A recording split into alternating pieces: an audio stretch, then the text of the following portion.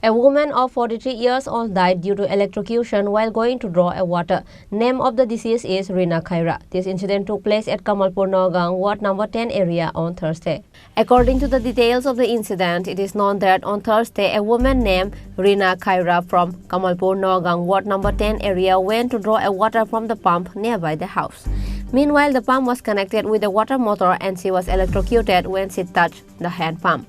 After the incident was witnessed, she was immediately taken to Bimal Singh Memorial Hospital for treatment, but the doctors declared her dead. আমার মায়ের ছেড়ে ইয়ানে কা কলের মধ্যে আর কি জল আনতে গেছিল মোটর লগে কলর শর্ট জল আনতে গিয়েছে কলটার ধরতে গেছে শর্ট হয়ে পড়ে গেল তাই 3টার সময় নাম কি নাম হইলো তোমার রানী খুইরা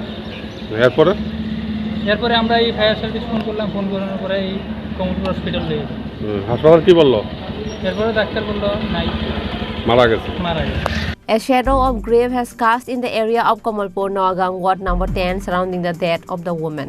Bureau report, Chini Khorang.